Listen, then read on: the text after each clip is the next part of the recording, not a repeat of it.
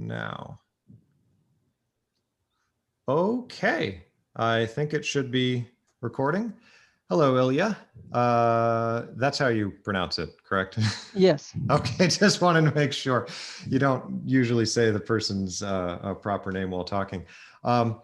Actually, how about you introduce yourself real quick, and I'll elaborate in case you're too modest with your with the audience. Sure. Hi. Thanks for having me on, Michael. I know we've spoken before, sort of off the record, but my name's Ilya Dubovoy. I'm a neurology resident at Houston Methodist Hospital down in the Texas Medical Center. I'll be graduating soon with a month to take up a private practice position in Virginia. And I guess we connected over some of my work, some of my, I guess, hobby, spare time interests in Jungian psychology, as well as the sort of application of uh, of Carl Jung's theories and psychoanalysis and some of the interesting ideas about nature and psyche that are presented in his work, and how they apply maybe to other fields like evolution, medicine, and complex systems theory in general.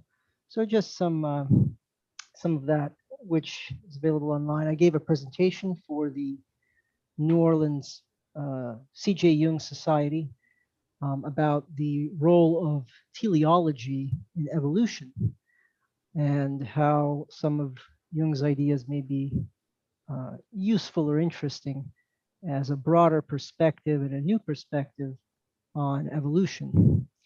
And that's basically it. My day job is not entirely unrelated. Obviously, medicine is a complex human services industry that involves sort of applied human biology, psychology, and a lot of aspects of the human being. So it's not entirely divorced, but certainly a little bit out there from my day job. So Yes. it's always a pleasure and intellectually stimulating to talk to people like you and who do serious work on YouTube. well, I'd say the same to you. It's very nice to talk. It's very intellectually stimulating talking with you. Yeah, like you mentioned, you gave a presentation with the channel Young to Live By, hosted by James. I'm not sure his last name, but so that's where I had first heard about you. Where you gave an extensive presentation with James. It was sort of an interview discussion about that very thing, teleology in the realm of evolutionary biology. And you were ranging through a number of subjects in the context of biology, particularly in medicine and microbiology. And I was so fascinated because I had been, in very general terms, been thinking in the same lines of teleology in the context of evolution. And I suppose we'll start there real quick. I will probably put a link in the description to that video because it's just so good, but James unlisted it, so we'll see if he... Yeah, please do. I actually contacted him about it. Oh, you did? Did it for sort of his own sort of personal, professional reasons. Okay. He said it would be fine to link to Oh, it. okay. And I actually have a copy that I will maybe upload to my own channel at one point, just to mirror it, make it more accessible. And in fact, we can go through the presentation, as I mentioned before, for your channel and for ourselves to get a sort of a new take on it. I just needed some time to sort of refresh my... No, that's totally fine. Because it's a pretty long and in-depth presentation. Yeah, no, that's totally fine. We'll have I'd be more than happy to do that another time. Exactly. Yeah, absolutely. In that case, for now, the thing actually we were just talking about the work I do on my YouTube channel anyway with personality types and stuff, and what I was just going to relate is one of my favorite quotes, and I can't quote it off the cuff, but it's a quote from Nietzsche where he talks about the pre-Socratic philosophers, and he's talking about how philosophers in every age will have a tendency to fall into certain orbits because of just the restrictions that logic places upon their thought. So that depending on a set number of kind of driving tendencies, they'll be fuzzy at first, but as they really pursue their philosophical thought and pursue what really interests them, they'll fall into a certain number of set orbits, which in some sense, that's kind of what I doubt that I really achieved that, but I think that's essentially what Jung is kind of trying to do with his work with psychological types. It's certainly what I'm trying to do in the way I describe it. The reason I mention this is it fits a little somewhat into the notion of at least how I when we talked before was talking about archetypes, because the very interesting thing about your presentations about teleology and evolution was the use of Jung's concept of archetype as something that, please correct me if this is a mischaracterization, but as drawing, the way I imagined it is almost as drawing biology forward to fulfill certain archetypes, or the archetypes kind of provide this other force that is guiding the way that the DNA develops. And Right, as an attractor. So that's exactly yeah, it. So in complex systems theory or chaos theory, these would be described as attractors. These are sort of limits or mathematical structures which themselves have no form, or rather, they have no.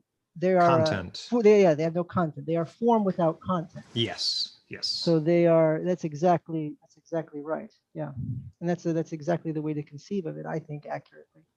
Jung was, Yeah. of course, a product of his time, and Hegelian philosophy was certainly big in the German-speaking world throughout, and it still is to an extent that far surpasses his influence in the Anglosphere. So it's important to keep in mind that Carl Jung took some of these ideas for granted and applied them, and that's exactly, I think, an accurate description of the concept of the archetype. Sorry, go on. No, you're good. You're good. I was just I would just add that, shoot, what was I gonna add? I got so interested in what Oh, you're saying about about how Hegel. these no, That, about how these sort of patterns of thought, the way these types perhaps represent sort of archetypal tendencies, or yeah.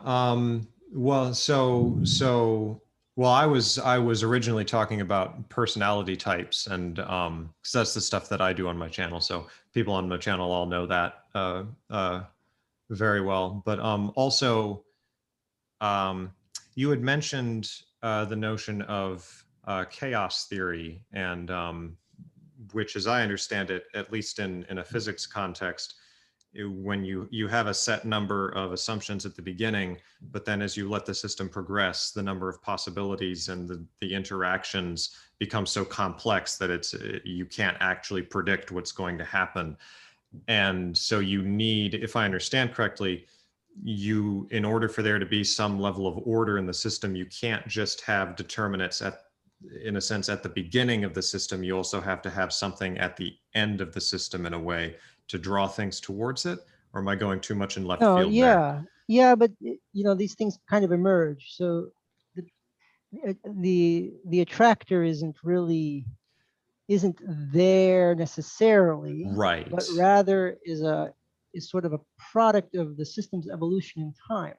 Yes, yes. So like with the Nietzsche quote, because he wasn't describing it as a literal, like, in my mind, it's like I'll imagine like a literal ball that's like exerting gravity or something, but Sure. that's not what it is per se. It's more subtle, where it's the way Nietzsche put it was, he said the internal logic of the thinking itself would lead into certain patterns, and that's what Jung is supposedly getting at with the archetypes. They are patterns of the nature of existence itself, almost the nature of the universe, that matter, sort of raw matter, will just tend to, we'll call them emergent properties. They will just tend from their own interactions to end up in these patterns. Exactly. Yes, Cool. it's very Yeah. good. And of course, symbolically, they are represented as these various symbols, which get at sort of the essence, but maybe Right. not the literal. And of course, you don't want to take the symbol to be a literal incarnation, right? That is the sin, if you will, of idol worship. That is Right. so frowned upon in the monotheistic traditions, particularly the older ones that had to really make that split, that rupture between animism and this more advanced understanding of God. So it's an important point. So we don't want to confuse the sort of the Platonic or the Neoplatonic or even the symbolic Yeah. representations of these attractors the with the big phenomenon itself. Right. That would be an error, one that you could go through life with for sure. Whole civilizations have, but Yes, but we want to be as advanced as possible. yes.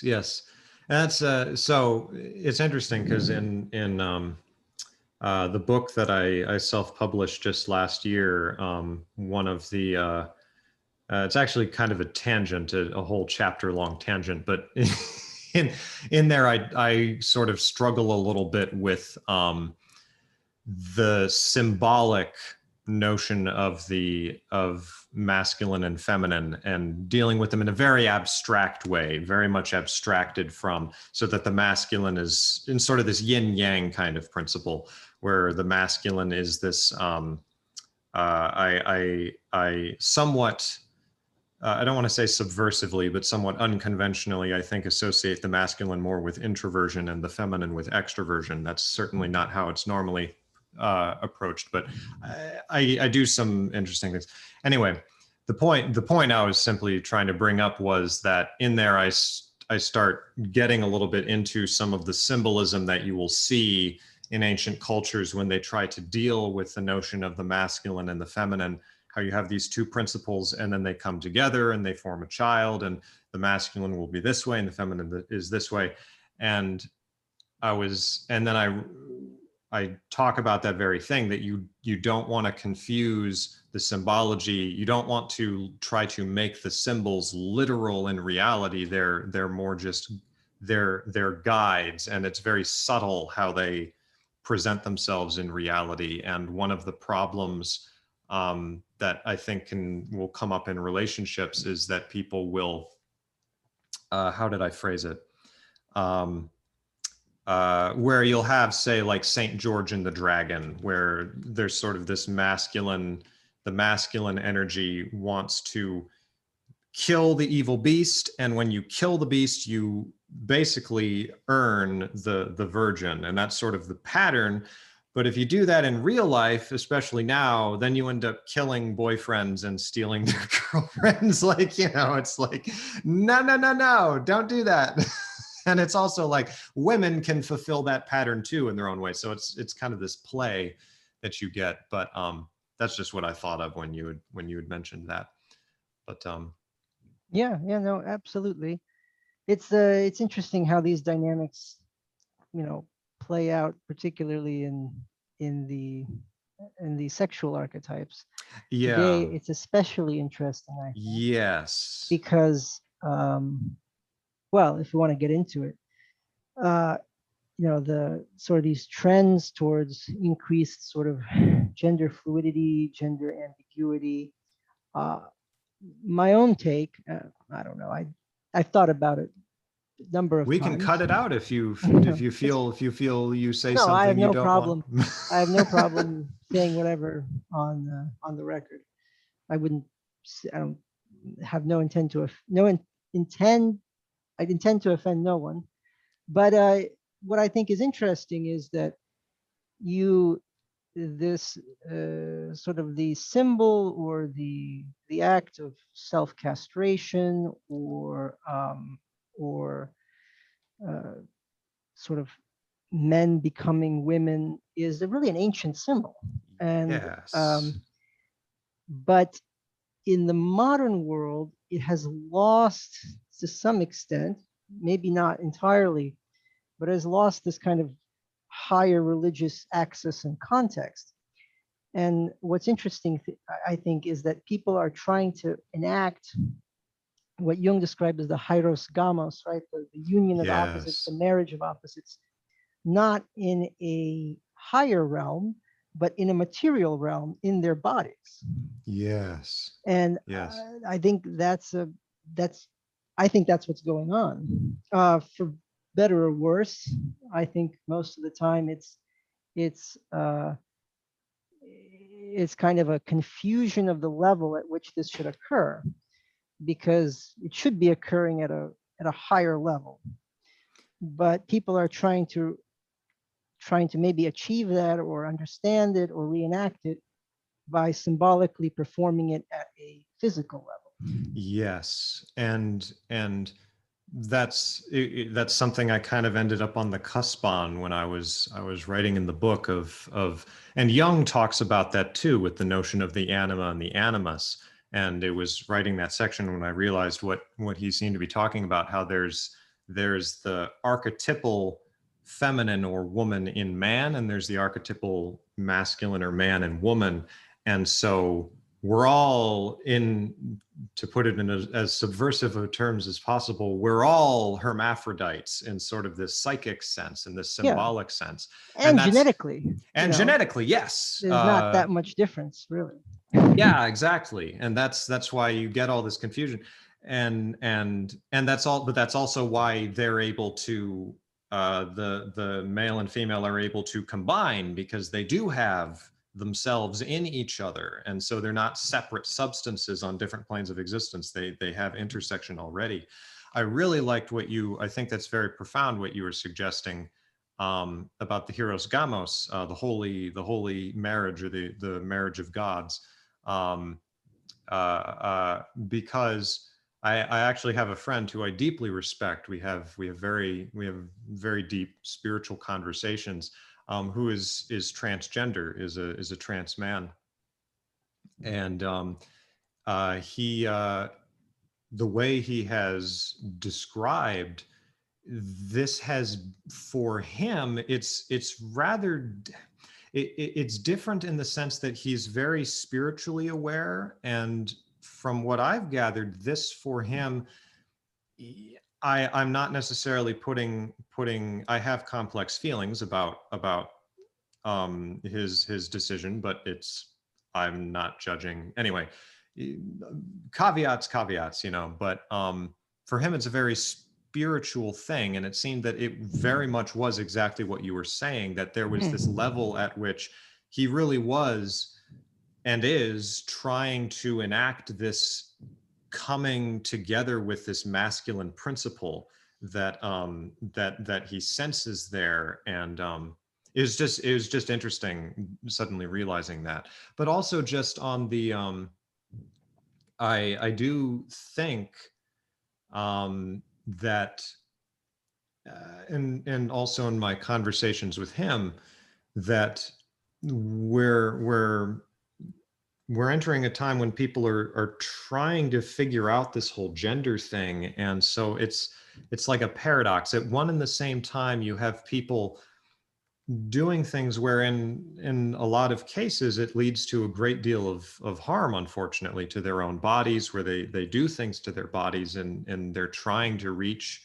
whether they realize it or not, these spiritual forms. I don't know, I'm kind of rambling off into the distance, but you get what I'm getting at. They're in the book, you have to figure out how to symbolically um, come to terms with the female in yourself, or with the male in yourself. I don't know. Did you have any thoughts Yeah, no, before? that's I think Right. yeah, no, I think people are from what I've read on certain forums, people who have considered or undergone uh, kind of gender transitions, some people do have this insight. I mean, this isn't. I don't think this is original to me. I think I think a few people have mentioned this theory or idea of it. And I think the psychoanalytic perspective certainly helps to elucidate this phenomenon. But yeah, it's biologically, these as I said, the archetypes, going back to what we were discussing, you can obviously trace the form upwards into a spiritual and more abstract or rarefied realm. But what's interesting is that there are correspondences as you go down deeper into material realms.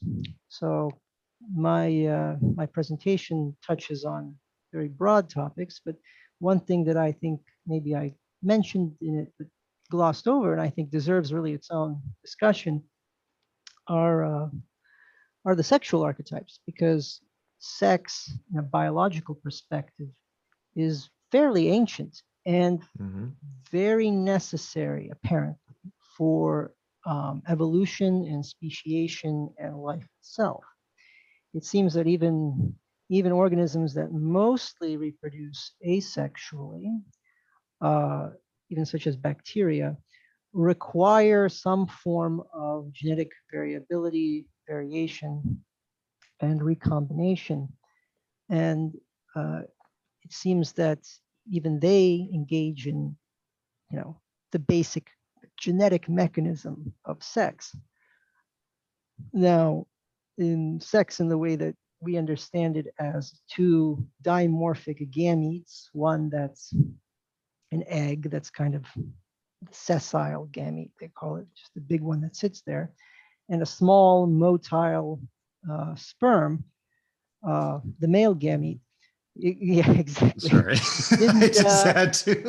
didn't evolve later, obviously, with multicellular.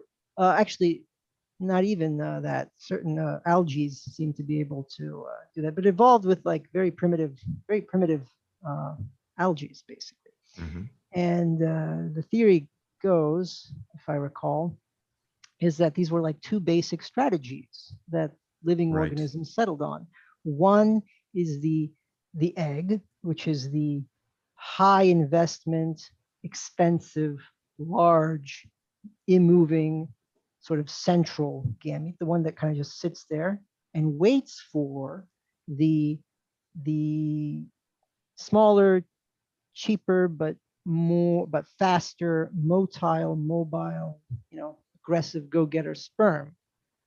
So this, and I mean, with that, you can kind of play out billion years of evolution, and you Yeah, yeah, have, yeah. men and women, basically, Yeah, well, and what's which are interesting, which yeah, you can think of as sort of the outer husk of uh, these ultimate central gametes. I think that's a little bit of a, I'm not.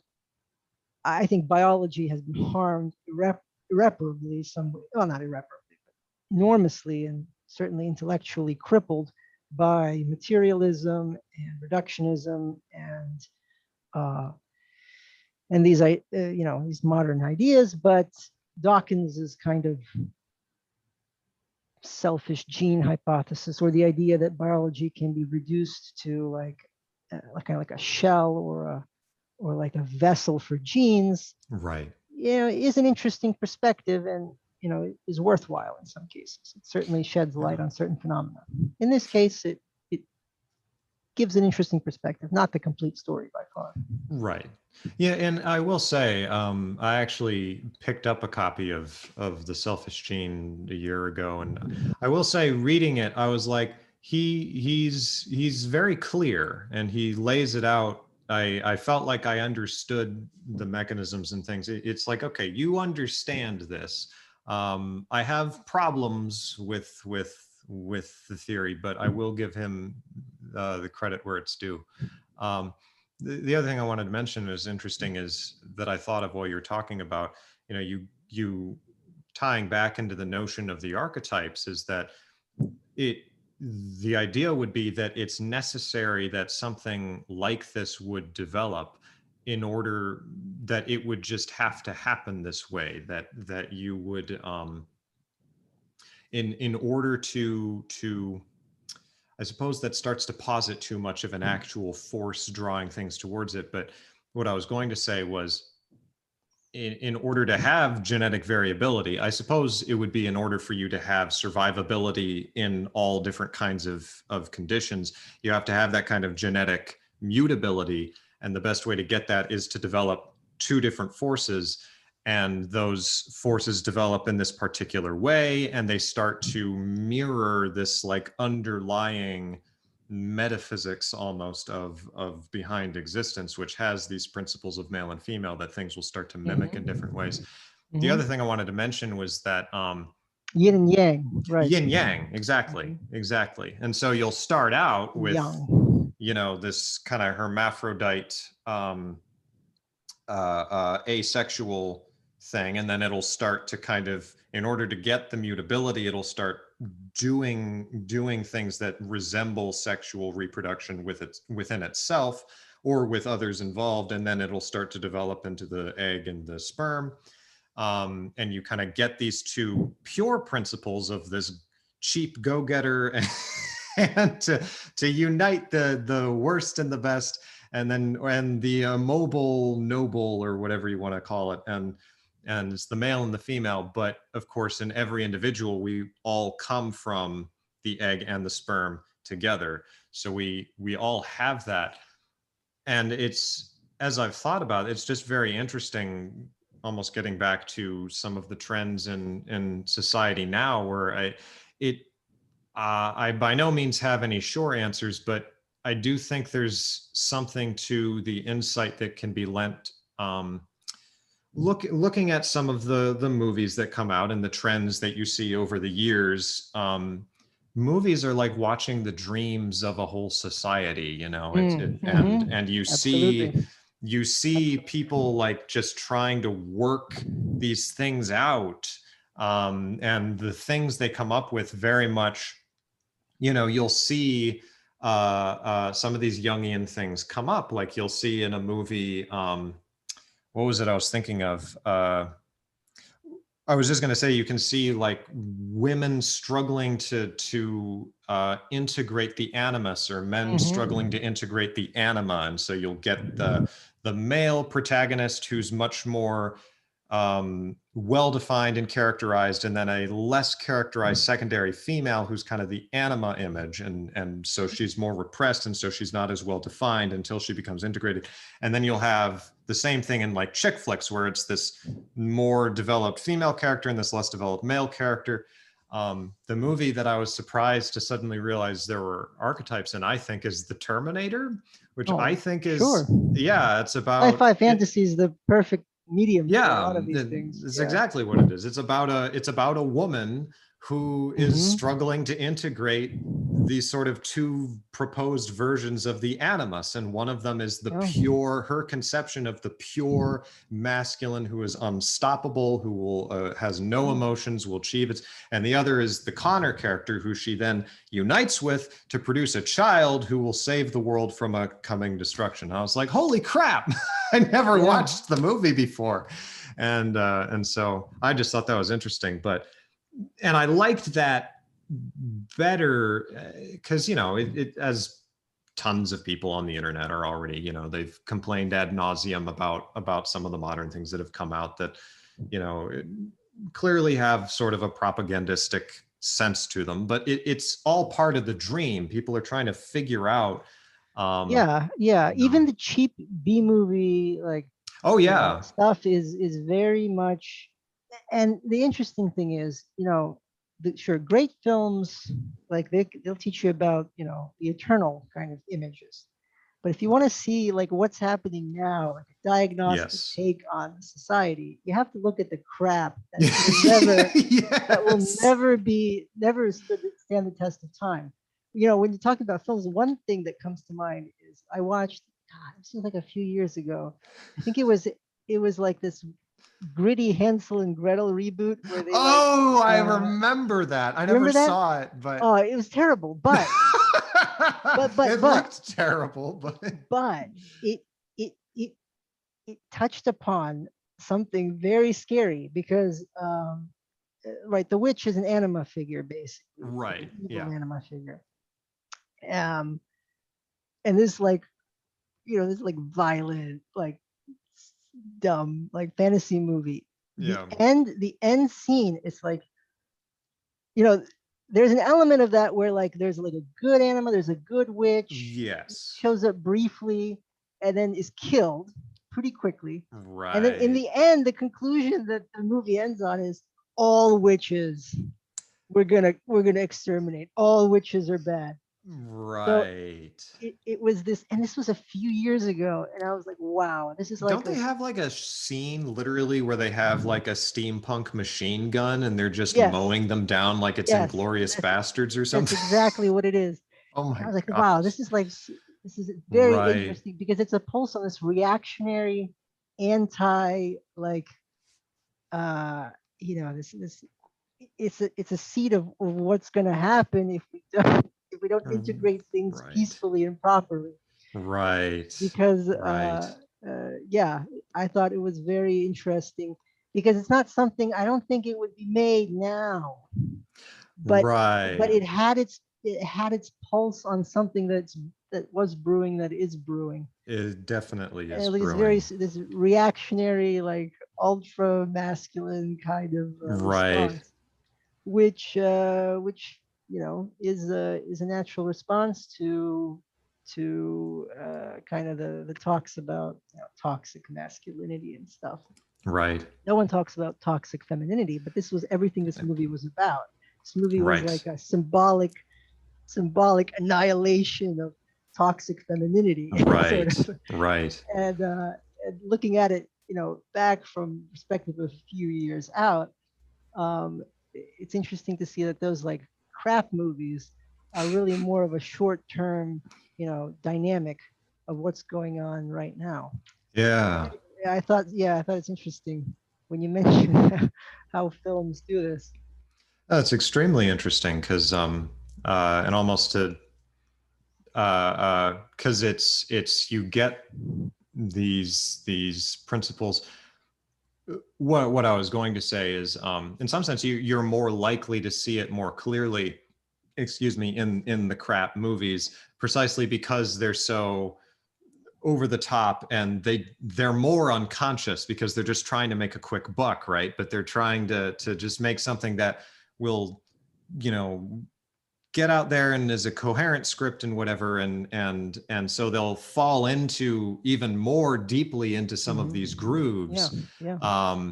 But that's very interesting because that's, yeah, the idea of them just mowing down all of the witches. It's like you could easily, oh, that's fascinating. If you could draw a comparison to that almost being like the dream image of somebody who's so fed up with the SJWs or something, where they imagine these, these women with green hair and they're like lanky and they're like, ooh, and it's like, oh my gosh, it's like, Yeah, yeah. oh Well, I mean, dear. it's that stuff. It's like Uwe Boll's movies where like these I ultra don't know violent. them. Oh yeah, it's like dumb stuff. But again, very much on the pulse of what's going on. Like that one where the Yeah. guy goes and like kills all the Wall Street like bankers or something. Oh, That okay. was a few years ago, Right. 2008 crash. You know, Cabin in the Woods, which was I actually liked. I thought it was Oh yeah. symbolically. I think it was a good movie. That one also like this kind of eruption of the ancient gods, right? The Yes. gods of the copybook headings, the old ones, the sort of Yes, this yes. trend of we have not um, there's this oppressive structure of society that attempts to sacrifice the young to suppress the unconscious, and then Yes. finally the young people are like, you know screw it, we're not Right. playing the game, and but the consequences are that the entire They world falls unleash this apart. monster. Yeah.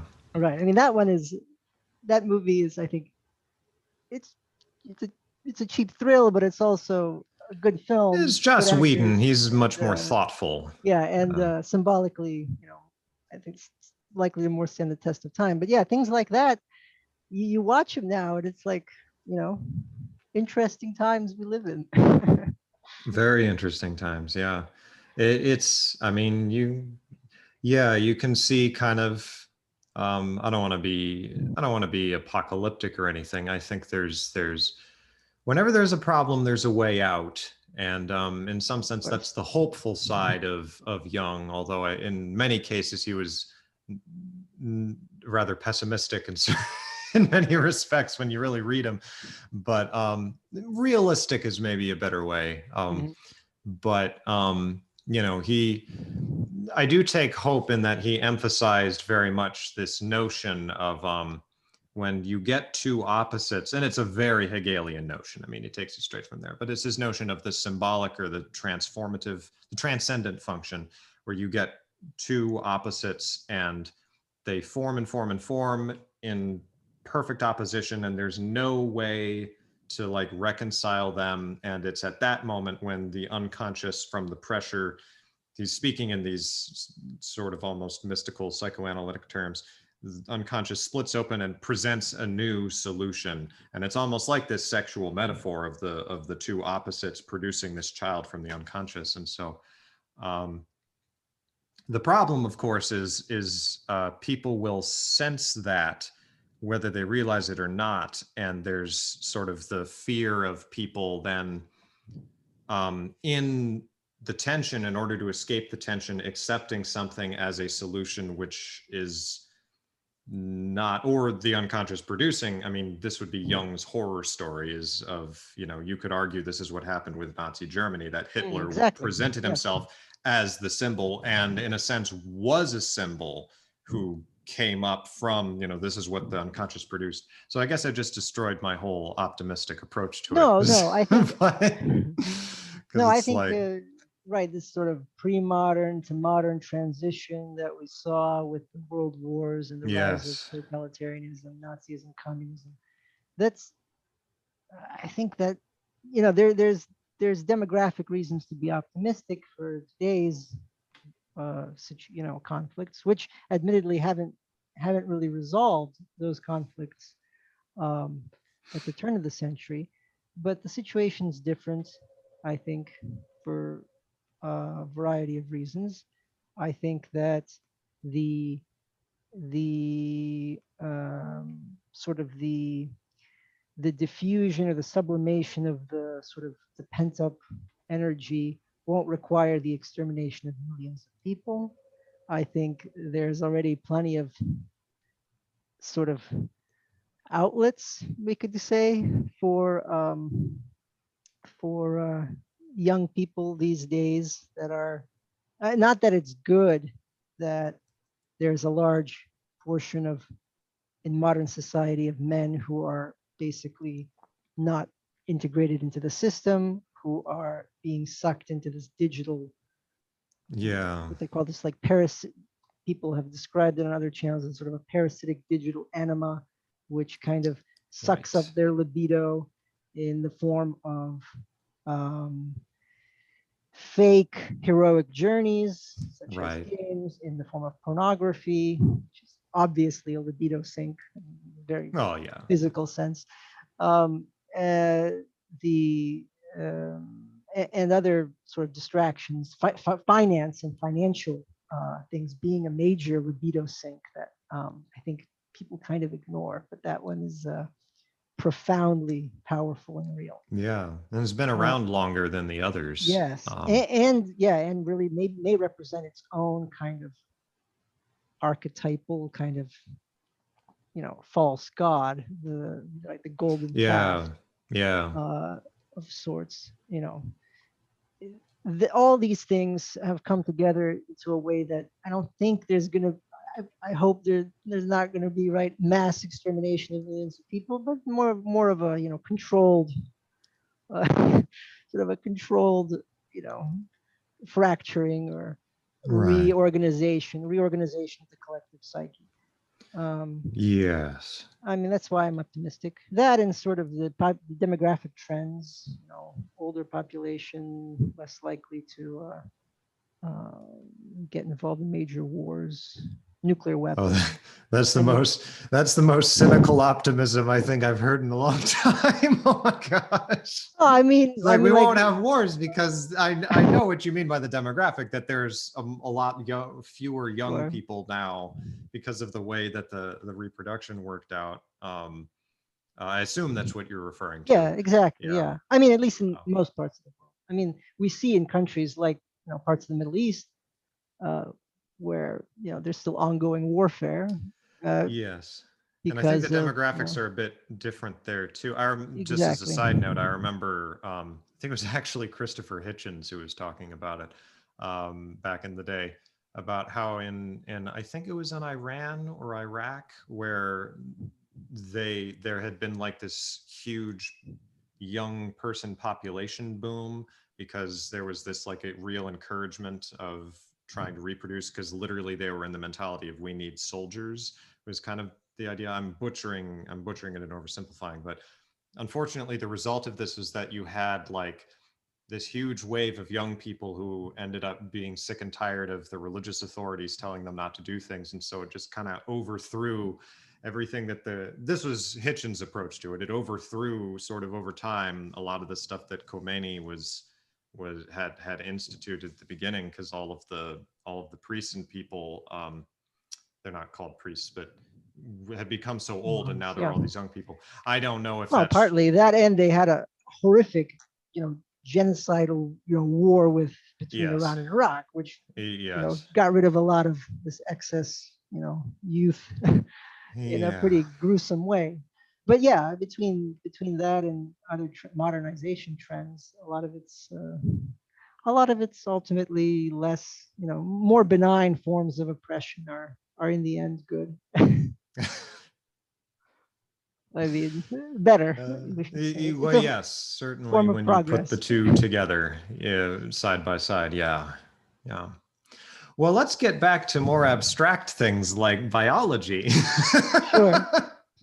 It's all this doom and gloom, but also potentially slightly. I can't. I don't want to get into trying to predict the future, because my mind can dream up all kinds of horrible things. But um, the thing that I have a page up here, which which it was a phrase that I had never heard before, that I heard in the one video you did with James, but it's like a thing, and I'm like, oh, is the central dogma of molecular biology, Hmm. which correct me if this is.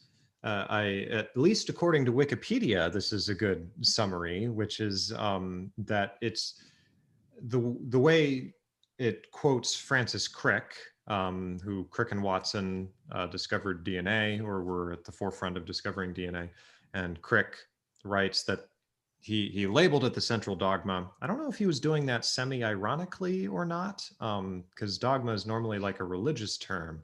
I don't know how self-aware he was, but the dogma itself is that once information has passed into the protein, it cannot get out again. So basically, this just means that there's a one-way trip from DNA and RNA into the production of proteins. You don't have a transfer back from proteins to the DNA. So you kind of have Dawkins, for instance, who that's where the idea that life is the husk of DNA. DNA dictates everything outwards, kind of in a monarchic fashion.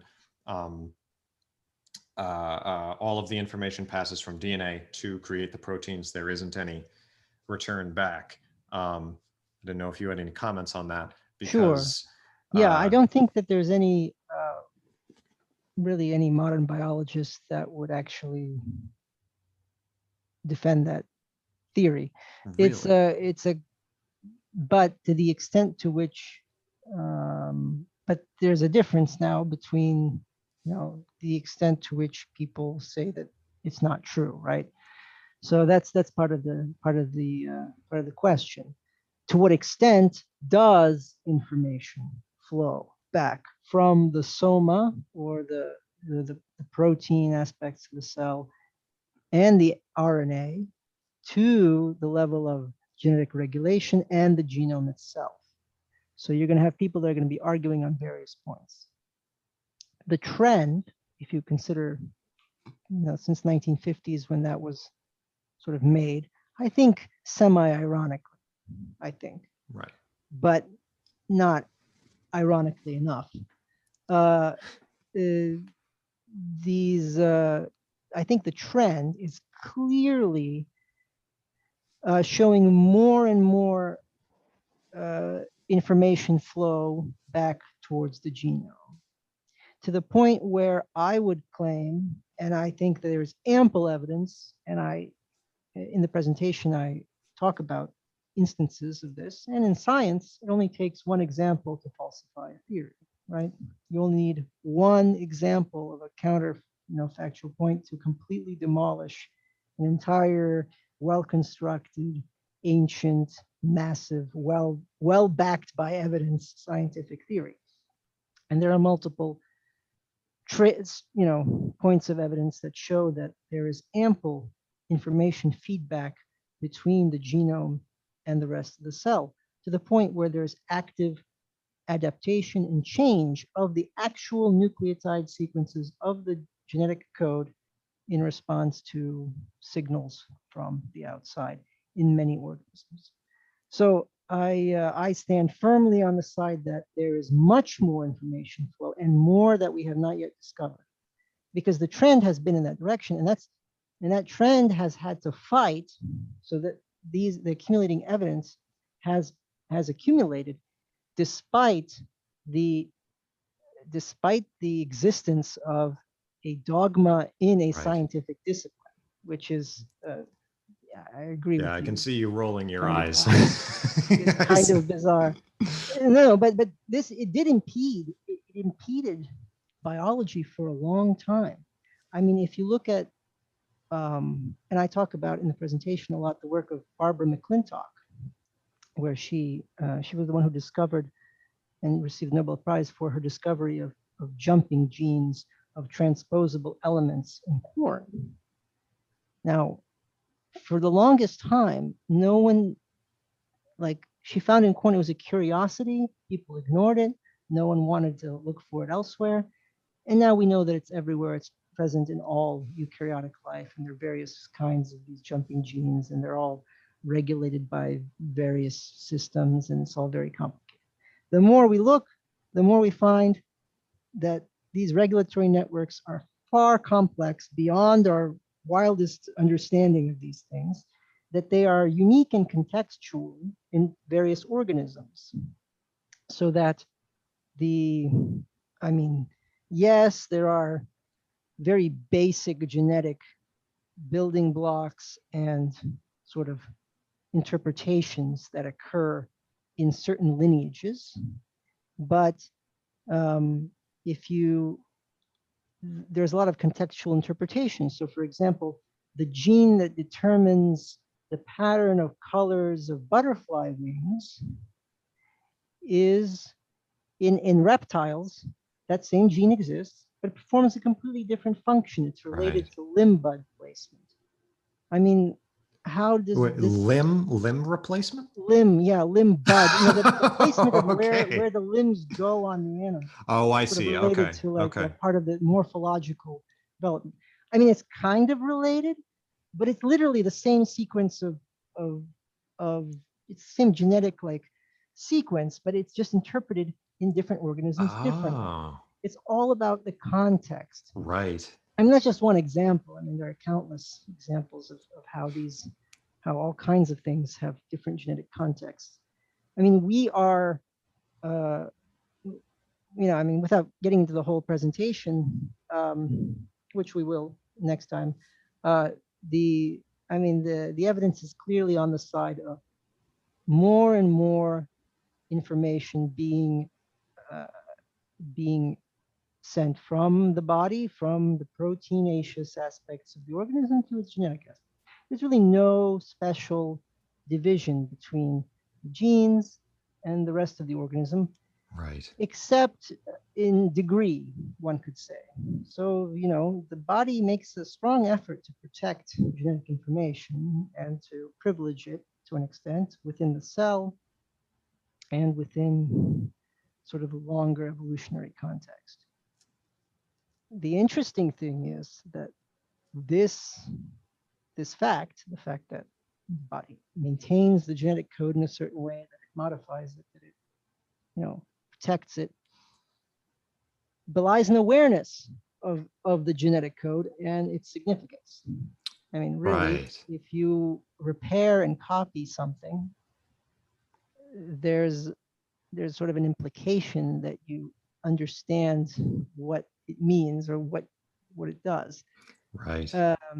And this gets to one of the fundamental issues of the presentation, sort of the thing that I'm trying to, maybe not trying to prove, but trying to suggest, is that consciousness itself has to be a phenomenon that occurs at all levels. Right.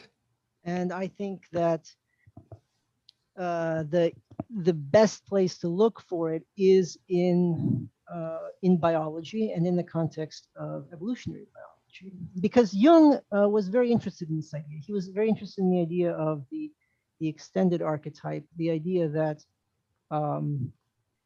that things extended down to sort of a quantum molecular level. Yep. And he worked with Wolfgang Pauli on elaborating some of these theories. And Pauli himself was very interested in it. I think we discussed this briefly in our when we talked before. Before off the record. But this, I think, going down to that level kind of jumps the gun a bit. I think sure that there are interesting theories out there that I entirely understand, like the Roger Penrose and Hammeroff's idea. Oh yeah, yeah. Of orchestrated objective reduction as a theory of consciousness. I don't quite get it. I haven't spent the time. I don't either. I haven't spent quite the time to really look at it, except just reading a few secondary sources and kind of getting a general idea. I know people who are really into it. One professor I know who's really into this idea and has kind of elaborated some of it in a very interesting way, in kind of a religious context, but that's forgivable, I guess. That idea, it's worth considering, but I think it's a little bit impractical. It's a little bit beyond our scope. I think if we go up a few levels in organization and abstraction to the realm of biology, I think that is where we have the opportunity to really integrate some of these scientific discoveries, scientific evidence, empirical testing, empirical theories with this more, one could say, metaphysical, psychoanalytical, philosophical ideas and evidence. So that's sort of my bigger project. Sort of explore what it means to have consciousness. What does it mean to be human?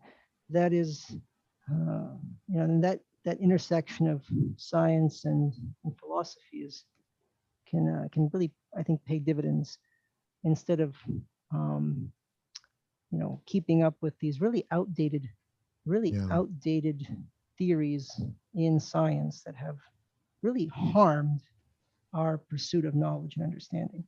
I mean, look at a technology like CRISPR.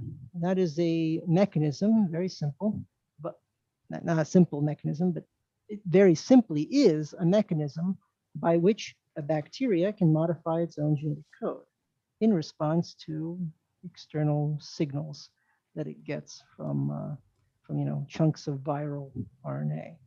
And that is a clear example of how the protein structure and signal, the soma, the body of the cell, modifies its own DNA.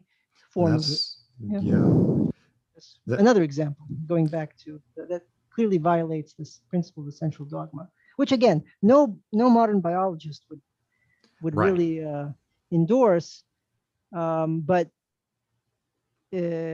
would quibble about the degree to which. Right. Yeah. And that's what it's that notion of that there's sort of a two-way flow of information, that there's almost a feedback loop, or Mhm. that it goes both ways. Exactly. You, just like you were describing, the uh, which I just find and would sort of provide the conditions necessary, at least on the biological level.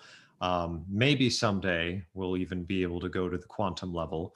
I won't touch that, even though I've been doing some amateur study of quantum mechanics because I'm always fascinated by it. But anyway, at least on the biological level, this feeds nicely into evolution and the archetypes, in the sense that in order to have, even the notion of archetypes playing a role, you'd have to have that kind of two-way interaction between the DNA, and you have to have that in order to have a quicker reaction, which, I mean, it solves, I think, at least has the potential to solve a lot of the little problems that I've had with the way that evolution is typically described, where it is, Right. yeah, Yeah. where it's Uh-huh. just purely this you get these. It's like, I don't deny, I like the idea of evolution. Like, I'm a religious crazy Christian fellow, like, I like it. I think it's perfectly clear this is how it works. But I just get frustrated with the way it's described, where, like, you'll have a bird that its head is built in this very specific way to access this very specific tree. And I'm like, there's so many different components, and when I try to explain this to certain, evolutionary biologists, they get very angry with you because Yeah. they're so, which I can't blame them entirely, because they're so sick and tired of hearing people bring this up. But you keep hearing it because it's kind of, it doesn't make a lot of sense. It's just it, but it's a lot more intuitive. And what you always want to end, and what I always want to end up saying, is there must be some level of the bird, in a sense, choosing, as it were, to adapt itself in this way. Or a giraffe is maybe a better example, a clearer example, where it's like, it's not, the idea would be that it's not purely that the giraffe just accidentally grows its neck because all of the changes were just so perfectly gradual to allow for this, and luck worked out. It's that the giraffe saw that the leaves weren't close enough, and over time it grew its neck over the generations. That's maybe an oversimplification of it, or a little too cartoony for what you're talking about. But No, no. I mean, the um, conclusion is that of an, you're required to integrate sort of a neo-Lamarckian paradigm. I mean, that's ultimately yes, what ends up happening, and there's room for that. Um, there's really, actually, Charles Darwin never precluded that yeah, idea. He didn't specify. People. The again, going back, it's the problem of dogmatism in science. It's not yeah, of. It's not of. You know, there's no denying that natural selection is a plausible and maybe even proven mechanism. Uh, but that doesn't preclude the existence of other evolutionary models. In oh fact, yeah, like Darwin himself brought up sexual selection as an absolutely, alternative. He was absolutely, and you also mentioned. What was it? Yeah, yeah. It's slipped my mind. There's something that you said that made me think of something else. But yeah, it's you're exactly right. That's the when you talk to these people, yeah, there's an emotional reaction. Oh, and the level of education in the popular kind of mind right, on these things is so bad. It's so bad. right, Like it's shamefully bad. I right, mean, kids need to be, I don't know what it is. Kids need to be taught the boundaries of our knowledge first, I think. And then you kind of go back and say, well, this is one way to get, and maybe right. this is another way to get there. And these were the ideas that were proposed. Teaching, any kind of information is like a monolithic structure of this is how everything works now, and this is how we see it now. in a sense, teaching it in a religious way, Oh yeah, in a classic traditional religious way, in exactly. the sense of So bad. this is how God, crossing out God, Yes, created the world. right. Which it's a natural tendency to do that because you're trying to simplify it, and also you believe in it. That's why you're teaching it. Mhm. But that's, I mean, so it's not an easy fix. But yeah, No, absolutely. there's no easy fix, but it is a habit. It's a habit Yes. of teaching and a habit of thinking that really leads to the crises that we're in. I mean, there's the trouble with innovation in science. It's not. I don't have to. Who talks about it all the time? Weinstein. Weinstein, right? Oh yeah. Yeah, he Which one? the older one. I think also Yes. the younger one. They both. They're fun to listen to in interviews, but I especially the older one. He just goes on and on, and kind of like same stories, and he's kind of. I, I mean, I get it. He's really smart, but like it's he's hard to listen to. I don't know why. That's my own Okay. take. I haven't listened to much of I know who they are, but I haven't listened to Maybe much of either maybe of it's them. because I'm also Jewish, and it's like shadow projection of that kind is of he Jewish? that chit Is chat. Yeah, sure. Oh, Weinstein. okay. I But didn't know. It makes but sense. I mean, but from the name and everything. uh but yeah, but Shadow his projection. point That's nice. Nicely that's done. that science his point that science is in a rut Yeah. because of our educational systems, because of failure to innovate for various reasons, because of the culture and the ideas that have affected is spot on. And I mean, I see it in my own profession too, in medicine. It's it's partly a consequence of the financial incentives, but not Yeah. entirely. Not entirely. You can't blame everything on material economic causes. I think that's Why also not? right. No, I don't either, but I just yeah. No, yeah, material A conditions. little picture of Marx kind of peering in over the cover, looking I could angrily shave at this you. beard, but what could I? There's a Russian anecdote uh, about about that we have admitted to as a digression. So there, like kids are being taught for the first time about Marx. This is a Uh, Soviet anecdote, oh. and it shows a picture of communists. This children is Grandpa Marx, and then like little Johnny raises his hand and he's like, "That's not Marx. That's groundskeeper. That's groundskeeper Vlad over in the passed out drunk in the courtyard." No, no, children. This is Karl Marx. This is not the groundskeeper. It's like, no, it's the groundskeeper. It's like, so teacher, gives up in frustration, then goes to the principal. Listen, we have a problem. The groundskeeper looks too much like Karl Marx. Children are confused. So, everyone, the school leadership gets together and they go find the groundskeeper, passed out, drunk, and they shake him awake and say, "Listen, buddy, uh, we got to do something about the beard. You have to shave it off. The children are very confused because you look too much like Karl Marx, and they're confusing you with this important historical figure, and it's interfering in their education. And it's Yes, yes. politically wrong." So he goes, he looks at everyone, pauses, looks at everyone, and he says, "Well, the beard I can shave. The beard I can shave, but the ideas, what do I do with my ideas?"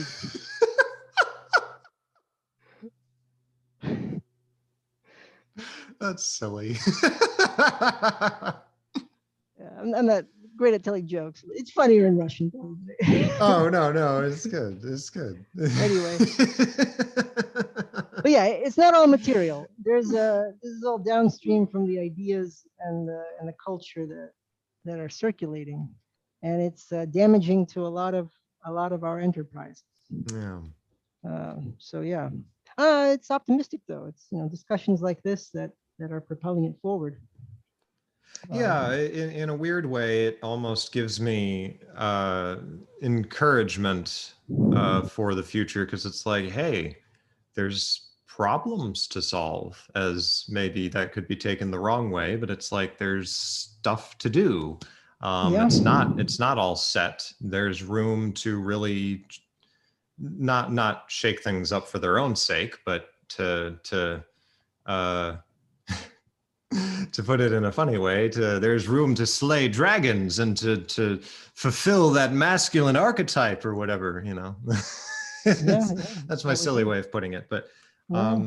so there's a bright side to it. There was something else I'd wanted to mention back with the shoot, what was it? It was another thought I'd had. There was the two. Oh, well, I suppose it was this. Something, I don't know what you'll think of this, but as I was reading about the central dogma, and I was thinking about some of the ideas from the presentation, and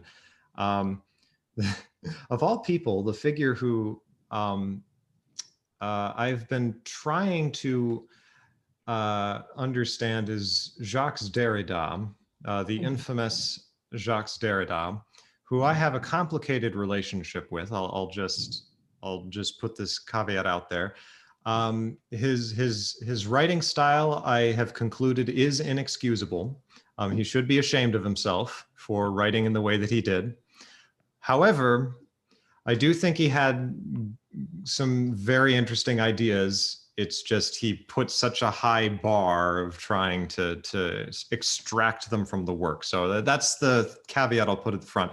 I have complex feelings about him because for some reason I really like him, but he prevents me from reading his stuff because he writes it. For anybody who knows anything about Derrida, you'll know what I'm talking about. But the reason I mention him is I've been sort of excavating my way through Of Grammatology, one of his sort of first most famous books, and it just struck me the odd, interesting relationship between I think one of the main things he's doing in that book, I want at some point to basically just put out my own, like, Derrida paraphrased, where I just rewrite.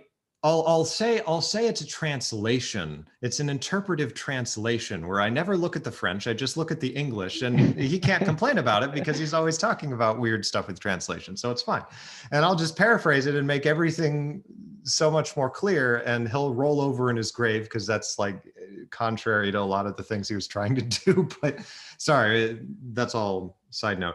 The idea was that he has this very odd idea, which I don't know if I think he really believed it, but it doesn't really work, I don't think, but it works in other contexts, like the biological context, where his idea is that he argues that in the Western tradition, spoken language is privileged over written language.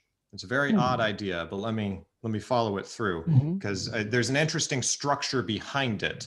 Because the idea is that he argues that writing is seen as entirely derivative from spoken language, that we tend to think that way.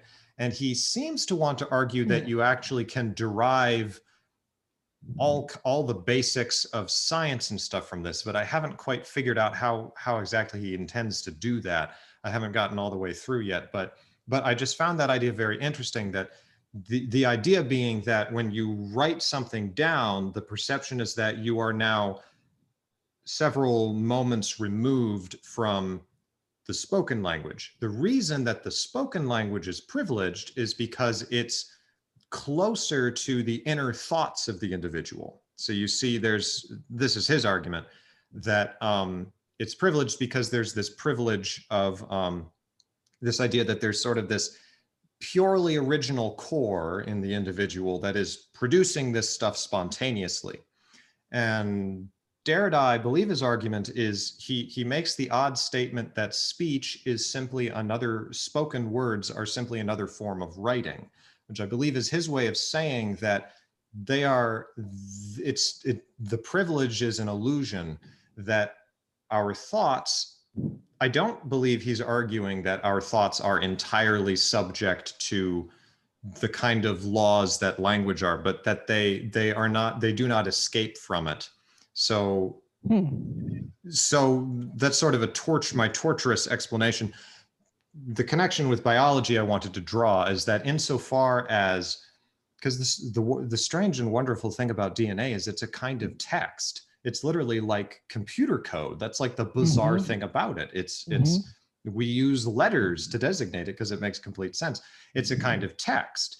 And so it's almost like this reversal of Derrida's point, where in the central dogma, you could say that the written language is privileged and the laws of the written language are seen as that is the source, and all of the spoken language of the proteins and stuff is purely derivative from it and is not as important as the DNA. You are the DNA. And so there's that privileging in the term, in the way that the term are or is used. And so that's where he relates to Heidegger and the notion of being, or the word is. And so I thought that was really interesting because it seemed to parallel Derrida's attempt to try to, he says deconstruction or disruption, and obviously it's a loaded term now, and there's tons of people I don't like who use it. but there is kind of that disruption of the one-way flow of information or of being, if you want to sound pretentious about it, where it's actually a two-way flow of information, where the text is rewritten by the spoken language, and the spoken language gets determined by the text. I don't know if that makes sense. Oh, that's a very interesting correspondence. I'm not too familiar with Derrida's work, but it's completely understandable. what would sort of be so the process by which we break down this information barrier, or we have found evidence empirically that the information barrier isn't as steady as we thought. Perhaps the illusion of the information barrier, what you're saying, correlates this this bias, this privileging of one aspect of language over the other. Yes, so what are the consequences of this? I mean, how does this play out? Well, I suppose it would be so one thing is, yes, I think Derrida at least would probably argue that he would say the reason that we have this dogma and we say it has to be one way is for sort of unconscious, essentially political reasons. He'd probably get more into arguments of power and stuff, and it's like, but yes, that notion of there's prejudices, because it's how we, for whatever reason, it's how we tend to organize things. And just as sort of a side note, it would be an interesting idea to look at, and this is in some sense what Foucault talks about, and he was getting this from some other people like Durkheim before him, but the argument being that similar-ish to your argument earlier, that science will get into, he doesn't put it this way, but science will get into ruts precisely because there are certain prejudices that are essentially in the structure of the society, in the material economic elements of the society, which are preventing people from being able to more fully see the truth. Because whenever they try to see the way things really work, because of almost like the metaphors that the society is structured around, and this gets into Derrida as well, you see kind of how everything starts to look almost like a kind of metaphysical text, at least in the way that we structure it, where you'll have, like, a good example would be, when you had the Protestant Reformation and the scientific revolution and all that stuff, one of the major shifts you saw was you shifted from the Aristotelian model, where you had these, the sort of the sky, the heavens, which are a different substance from the earth. The earth is fallen, and we are ruled by the motions of the stars and the planets up above. They're of a different substance, very much like, though no one would necessarily put it this way back then, but I can't imagine it wasn't unconsciously in the way they thought about things. That's the king, that's the royalty, and we're the peasants. And you see this kind of run through all of these different thinking systems without that realizing it. And so once you say, actually, the spheres obey the same laws as the ground, unconsciously for people, without them necessarily even realizing it, they instantly are like, that's blasphemy, even though it's like, no, I'm just talking about, you know, the rocks in the sky. Like, it's not like we worship the stars. And it's like, yeah, we don't, but somehow I can already feel like myself questioning the authority of the king and the divine right of the king, because, well, he must obey the same laws as me. He has to, like, you know, he has to poop and pee and all the stuff just like I do, you know. Like, what makes him so special? And so you see these kind of connections. So you could argue whether or not there's anything like that today. And as I draw that parallel, I'm like, I certainly hope it's not that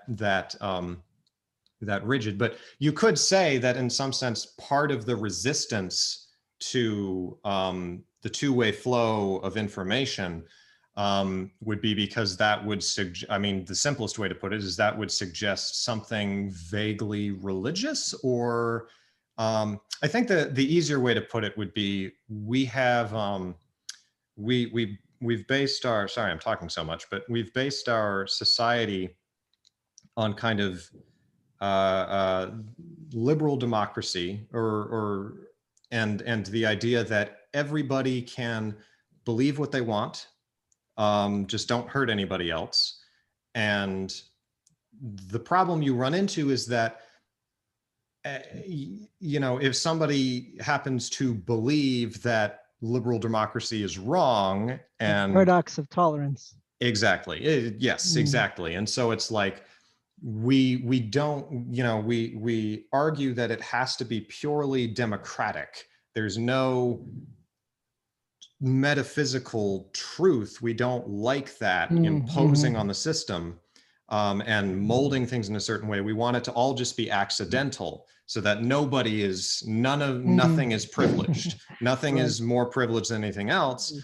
And so I think that's a part of why, and I don't blame people for being hesitant about that, because you can argue that, you know, there are concerns about people trying to use politically the notion of, I have the truth and you must follow it, you know, and I will apply it. It's like, yeah, in the same way that people back then were afraid of, listen, if we go too far with breaking down the divine right of kings, then society will start collapsing and we'll start killing each other, which in some situations did in fact start happening.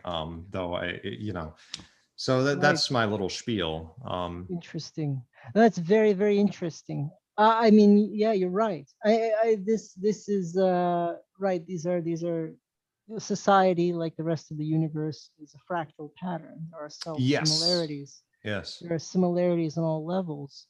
I'd never, I guess, I never thought about, deconstructive biology, but that's kind of what that's kind of what it is.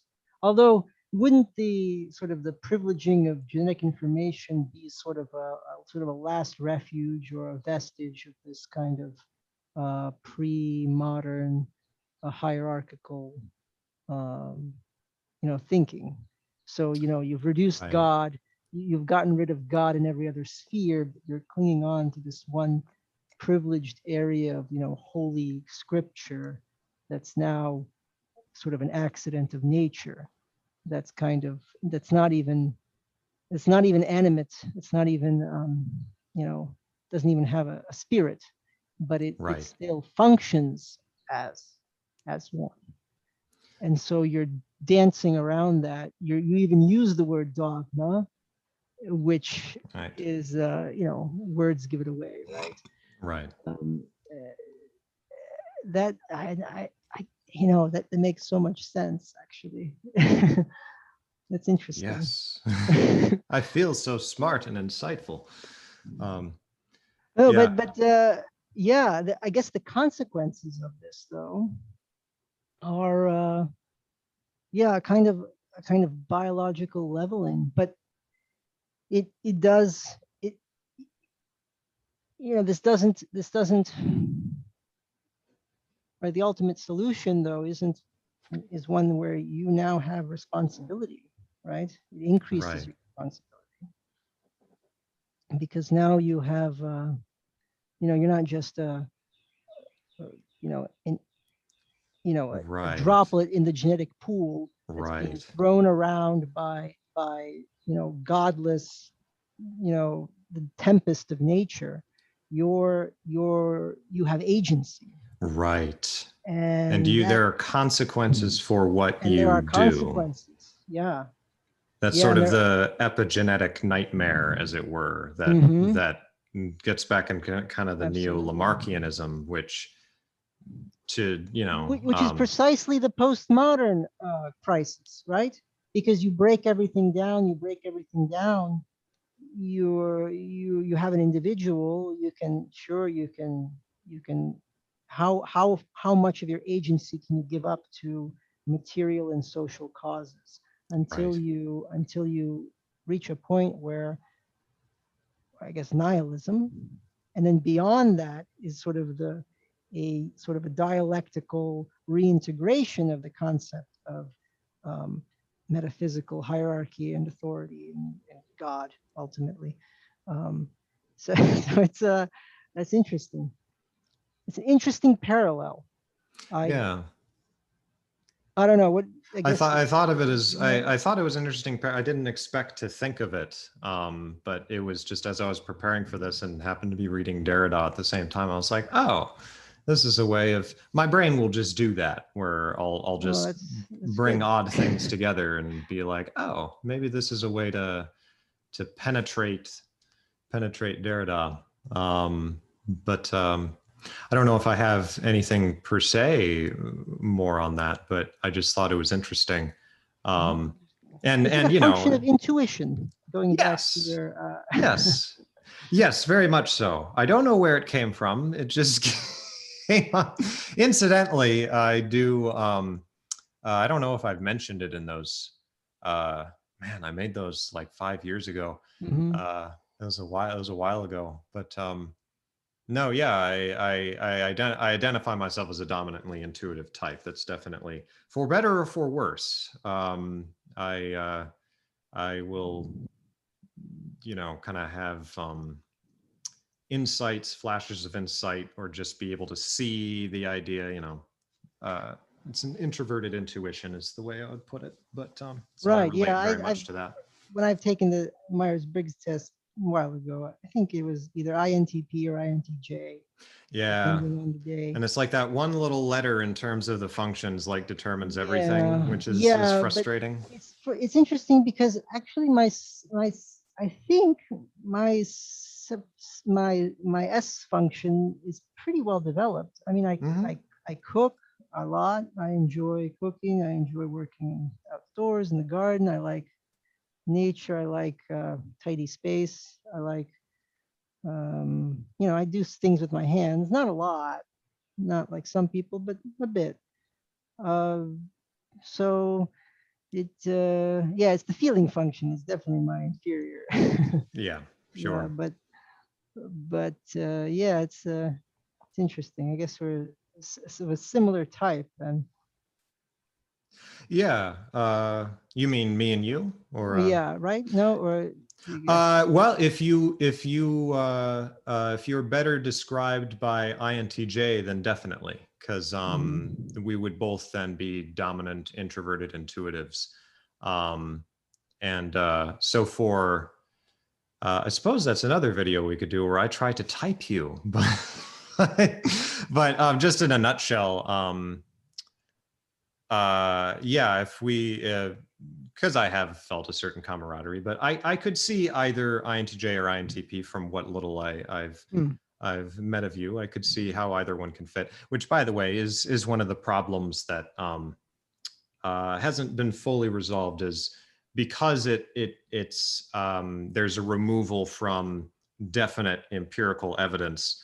It it, there's a tendency to there's a problem with it's potentially possible for me to present an argument that you're INTP or an argument you're INTJ, depending on sort of the evidence I cherry pick. It's difficult. It's a problem the community has kind of struggled with, and that just kind of came to mind of trying to figure out how if there is a way to really more objectively pinpoint it. But at the moment, it seems it's a little too intuitive in the way that we tend to type people, where it's like, he just feels more like an INTJ.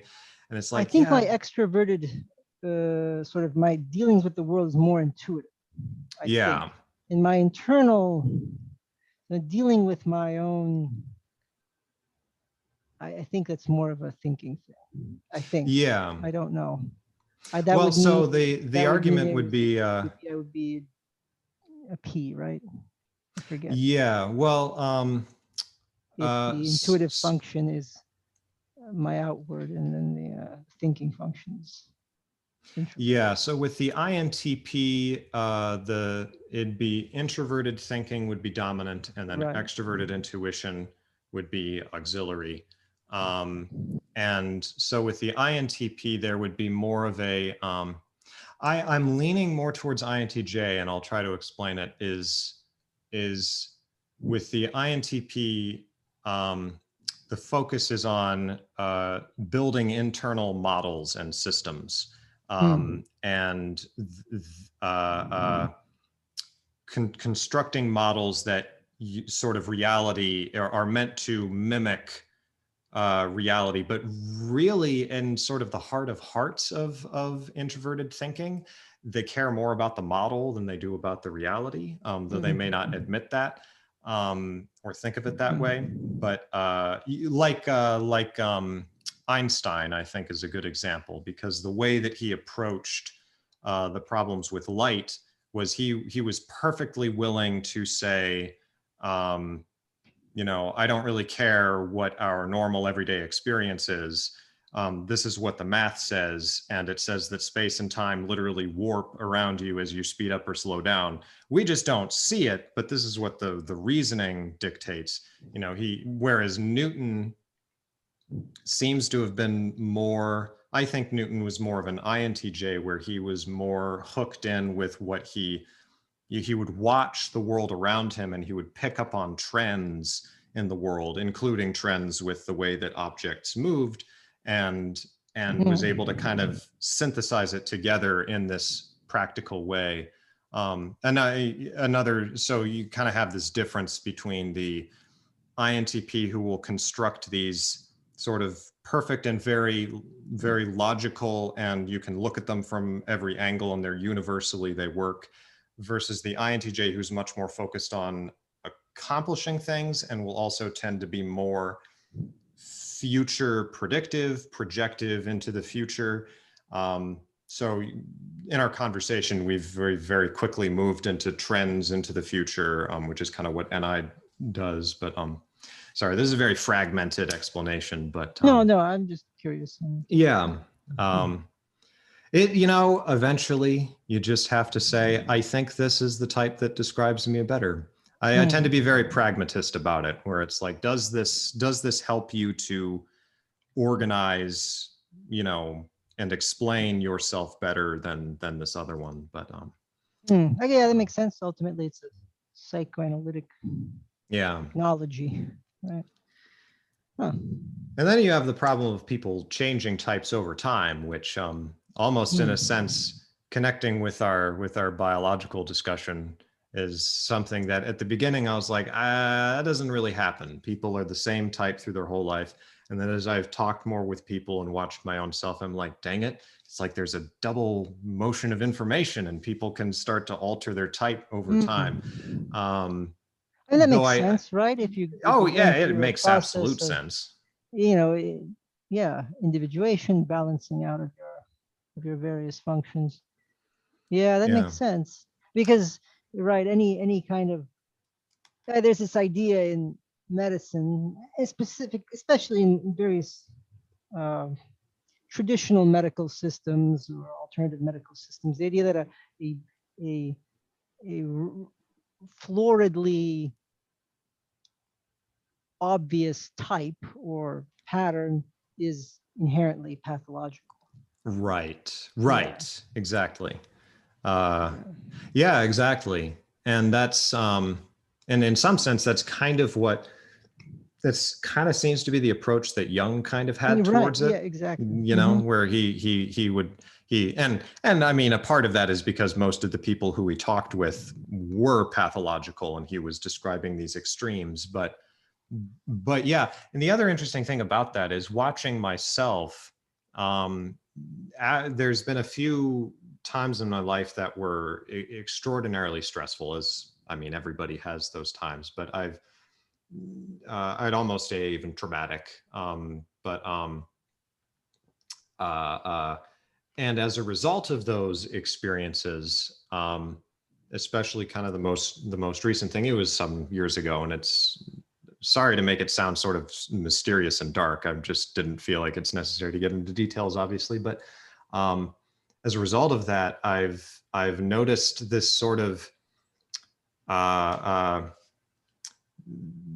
I've become more, I identify with the INFJ type, but I've seen this kind of increased slippage in a certain sense with the INFP type. So the switching of the two letters, which switches all of the functions around, and sort of the way that the system works, it's kind of complicated. But the important thing about that being that in the system that I'm using and most people use, which has this notion of cognitive functions, the set of functions that describe the INFJ, it's the opposite set of functions for the INFP. So for the INFJ, it's introverted intuition, extroverted feeling. INFP is extroverted intuition, introverted feeling. In swapped order. And so what's interesting, and it's, by the way, it's the exact same thing with INTP and INTJ with their functions. It's this swapping of the extroverted and introversion. And so it's been, and the other super interesting thing is, as I've noticed that they're kind of these tendencies starting to arise where I'm still like dominantly INFJ, but there's like this increased power to this like inner INFP, which is my opposite. And the reason that's interesting is because if Jung were to psychoanalyze me, he would 100% say, if I were to type your anima image, it would be an INFP because I very much have a type. I have found I did, and not necessarily INFP or ENFP. Which doesn't mean as much to you, I'm sure, but but it's the same functions. Switch. It's the same switch. Yeah. Yeah. So what's interesting? I'm not proposing a matchup thing. Obviously, that's not what I'm saying. But what's important about that is that I'm attracted to that in the anima image, and it's almost like there's kind of this complementarity. Yes, exactly. Which in my case has been very healthy, I think. I've experienced it as this very healthy transformation over time, where it's allowed me to relax certain, I don't want to, I guess pathological, we'll go with that, normal pathological tendency, typical pathological tendencies that have been relaxed and can be described, I think, in this way. I'm not getting into details, but anyway. Yeah, no, that's interesting. Yeah. I mean, exploring your videos, I really, as I mentioned in the beginning before I think we started recording, it's been useful to understand the psychoanalytic utility of this system, which again, I read Types when I think it was as an introduction really to Jung, and not very appropriate because it's really more of a kind of advanced technique within the individuation, technique. It's not really this. It's certainly not the central work of Jung, if you want to know Jungian psychology. Yeah, it's but practical. Oh yeah, very much so. Yeah. Well, I think. Unless you had something else on your mind or anything, I think I think we did a good sesh. Made some music. No, this is very enjoyable. Thank you, Ilya. Sure. This is fantastic. I don't think I have anything else to say, but it was a pleasure. It was a pleasure having you on, and I look forward to future videos with you, sir. Great. Yeah, absolutely. I will end the recording now. But, I think there's not much to cut out, I hope, but No, I don't think so. Except maybe except maybe that last part where we said there's not much to cut out. Right. And end scene.